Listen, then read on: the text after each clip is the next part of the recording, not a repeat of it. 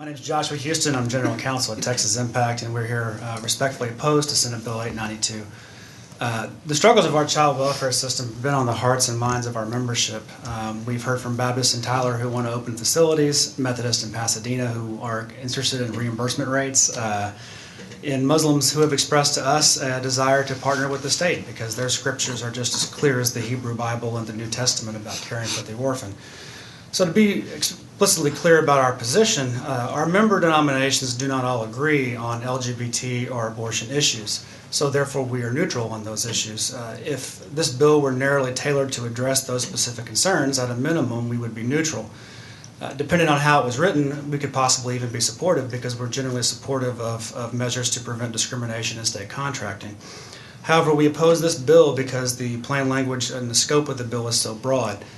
We remain concerned about unintended consequences. If the 85th legislature increases community-based care and moves towards case management being moved to private providers, then the state is going to be increasingly dependent upon its contractual relationships. However, if this bill were to pass, an unpredictable number of those contractual provisions would be vulnerable to a religious objection. There are at least 16 different kinds of child welfare services enumerated in this bill, and all of them have contracts, subcontracts, grants, subgrants, and cooperative agreements associated with them.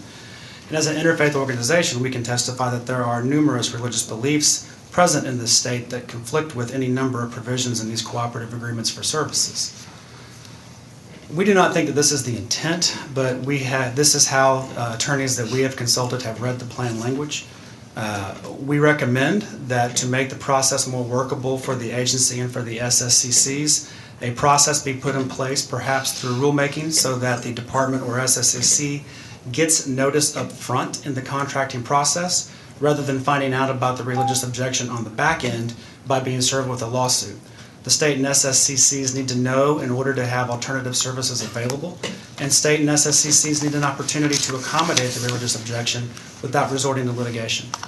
With alternative services having some fiscal cost to the state to be provided, it's best to kind of minimize the litigation expenses to the taxpayer. We appreciate the work of the author and of this committee, and we look forward to working with you.